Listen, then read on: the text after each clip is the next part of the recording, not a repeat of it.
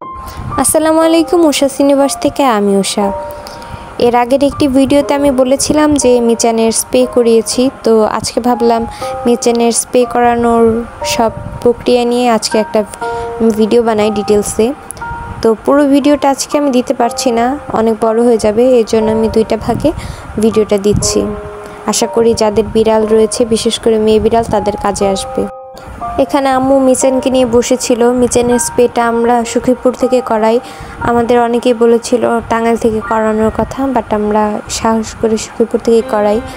আর আমাদের ডক্টর বলেছিল আগের দিন রাতে খাওয়ানোর কথা, এরপর থেকে একদম খালি পেটে রাখা, মানে না খাওয়িয়ে রাখা অপারেশন করার আগ পর্যন্ত, বা যেদিন অপারেশন করাবে সেদিন পুরাটা দিনই ওকে না খাইয়ে রাখতে হবে।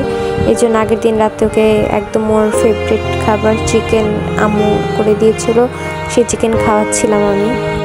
ডক্টর আমাকে বলেছিল একদম 12টার পর থেকে যেন আমি আর কিছু না খাওয়াই। তো আমি একদম ঠিক 12টার সময় ওকে ঘুম থেকে উঠিয়ে, ও সাধারণত ইদানিং আগেই ঘুমিয়ে যাচ্ছিল, তো আমি ওকে ঘুম থেকে উঠিয়ে আবার নতুন করে খাওয়াই, কারণ সারাটা দিন বেচারা না খেয়ে থাকবে। এরপরই তো ওকে নিয়ে চলে আসি।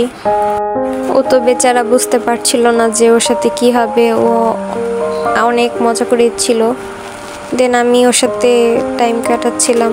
আমার খুবই খারাপ লাগছিল, যেটা আসলে বলে বোঝানো সম্ভব না। আমার একটাই চিন্তা হচ্ছিল, অপারেশন সাকসেসফুল না হলে আমি আমার মিচানকে হারিয়ে ফেলবো। আমি ডক্টরদেরকেও অনেকবার বলি যেন সব ঠিকঠাক মতো হয়। মিচানকে আমি আর আম্মু দুজনে অনেক আদর করছিলাম, আর ওর অনেক ক্ষুধা পেয়েছিল। আর এরপর ওকে অপারেশন করাতে নিয়ে যায় এই রুমটায়। আর স্প্রে করানো কিন্তু বিড়ালদের জন্য ভালো, যেটা নিয়ে অনেকে আমার সাথে তর্ক বিতর্ক করেছে, বাট আমি ডক্টরদের সাথে কথা বলেই কাজটা করিয়েছি। তেনে তোকে বাসায় নিয়ে আসার পর ও এইভাবে শুয়ে থাকে, ওকে আমরা 2টা আলাদা বক্স দিয়ে দিই। তো আমরা ওকে কোথা থেকে স্প্রে করিয়েছি বা আমাদের খরচ কত কীরকম পড়েছে যদি কেউ জানতে চান, তাহলে ইনশাল্লাহ নেক্সট টাইম আর একটা ভিডিও করব, ভিডিওতে বলে দিব আমি যে কত কি খরচ হয়েছে। যাই হোক, আজকের ভিডিওটা এই পর্যন্ত রাখছি, আর বড় করব না। সবাই প্লিজ লাইক কমেন্ট শেয়ার করে আমার ইউটিউব চ্যানেলটাকে সাবস্ক্রাইব করে আমার ফেসবুক পেজটাকে ফলো করে আমাকে সাপোর্ট করবেন।